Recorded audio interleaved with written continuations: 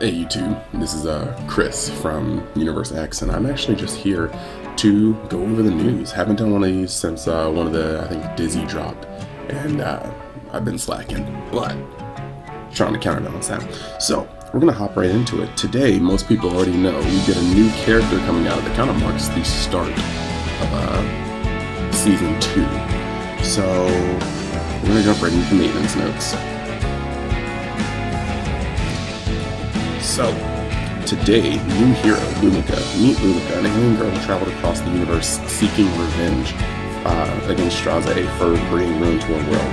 She's determined to make Straze pay for what he has done to her friends and restore her home world. Pretty hype. Pretty hype. And remember, if this is your first time joining this channel, please subscribe. Like, just kind of get on these notifications, because I'm going to keep putting up more and more content, and eventually this channel will be more than worth watching. So just hang in there with me for a little bit. We're going to come back to this video in like one moment, but hero introduction. You can see her art looks absolutely amazing, and her skills. Luluca is an ice elemental mage who can decrease the defense of all enemies while increasing defense of all allies. Wave of Vengeance has a high chance of decreasing defense of all enemies and can be very beneficial when used at the start of battle.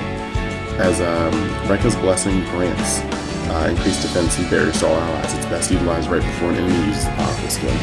Also, barrier strength increase proportional to Luluca's attack, so equipping her high attack equipment is recommended. Wild Wave. Her S1 activates an intense elemental force. Damage dealt increases proportional to the amount of enemies' health loss. That's pretty interesting. I mean, the further in the battle it gets, just the more damage it does. Active cooldown. Rekka's Blessing, yes, those are S2. With the Barrier of Blessing of the Stars, or with the Blessing of the Stars, grants increased defense and barrier to all allies for 2 turns. Barrier strength increases proportional to the caster's attack. If you soul burn it, you decrease the cooldown by 2 turns. So it can just be a 1-turn cooldown after it's been, awakened. That's pretty cool. Or at least, if that's not awakened, Molagord, I need to see exactly what the awaken happens. Okay, it's the 3rd skill. So after Molagord, it can go down to a 1-turn cooldown. Then before awakening, her last skill, Wave of Vengeance, attacks all enemies with the power of ruin with a 50% maximum 75% chance to decrease defense for 2 turns. After awakening, it does the same thing, except the damage dealt increases every time using this skill, which can stack up to 3 times.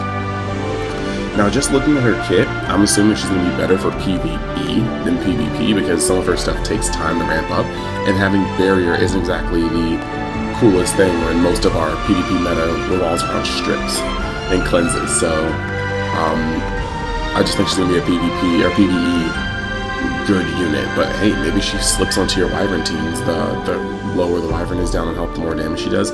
Stacking super Barrier. I kind of like that. Wyvern can strip Barrier, but it is what it is. Now, moving over. Now this is actually crazy. New artifact, Spirit's Breath. Artifact skill, 50% chance to increase skill cooldown by 1 turn when using an attack skill.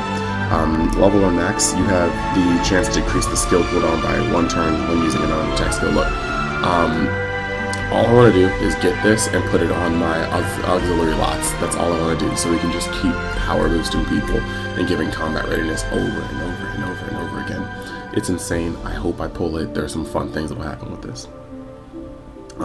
So the banner that's coming out later today at 6, it looks like, will be actually, yeah, it looks like at 6, will be drop rate up, for both her artifact and hers. So we're going to be trying to go in on that. During the event, yeah, Luluca and her artifact will have a higher drop rate. So this is, actually pretty cool. And we're also getting a side story mission, the Chosen Shaman. We're just gonna kind of see some of her story, kind of the first introduction to part 2. So just like any other story, you've got just your reputation missions, you've got your story missions, and it's awesome.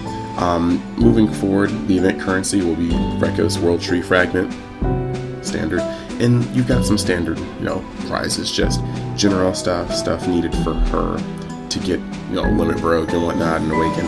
So I said Limit Broke, but Awaken, yeah. And you've got the missions right here, you can see a lot of cool stuff. And that's actually all they're giving us for this content. That's all of the content update. However, I think now we go to here. In the next video, an alien girl who traveled across the universe seeking revenge against Straze for bringing ruin to her world.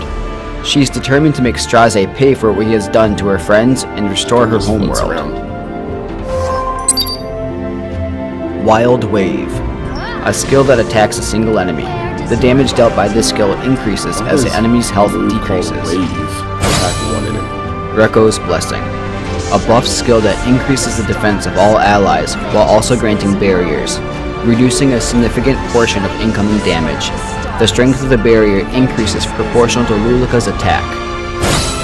Wave of Vengeance, a skill that attacks all enemies with a high chance of decreasing defense for 2 turns. The damage dealt by this skill increases every time it is used, creating the potential for high damage given enough time. Luluca is an ice elemental mage who can decrease the defense of all enemies while increasing the defense of all allies. Wave of Vengeance has a high chance of decreasing the defense of all enemies and can be very beneficial when used at the start of the battle, as Reko's Blessing grants increased defense and barriers to all allies. It's best utilized right before an enemy uses a powerful skill. Also, barrier strength increases proportional to Luluca's attack, so equipping her for high attack is recommended.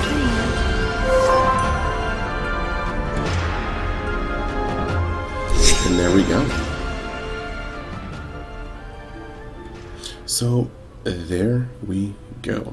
Doesn't seem like there's anything else coming this week, and that's kind of fine because new content is always fun. Now, as long as they don't hit us with the super content like they did during the Guilty Gear expansion. Not saying it wasn't bad, but there was just a lot of stuff. So I'm gonna finish this video up beginnings become your strength with my free once a day summon.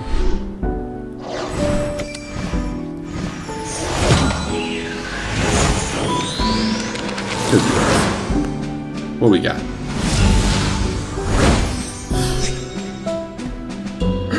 Never mind. It's not even could be worse. That's actually a really good pull. So I'm just gonna mosey on along here. That's actually wonderful. You know, I didn't actually see anything about what we were getting in the powder shop. I'm sure I could look for that. What do you think? I cannot be bothered right now. Oh, never mind. That's because this powder shop does not actually update yet. Well, that would kind of explain it. Last but not least, we can already see what we're doing here for the Mystic Summon.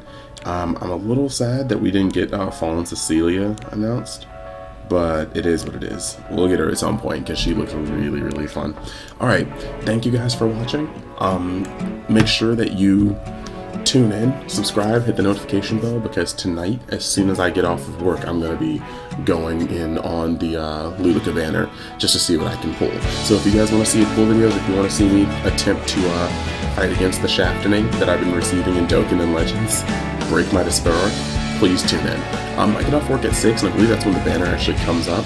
So I'm going to be going to the gym, so I'll probably be recording around like 8, hopefully getting this video up around 9:30 or 10, so just be on the lookout of that.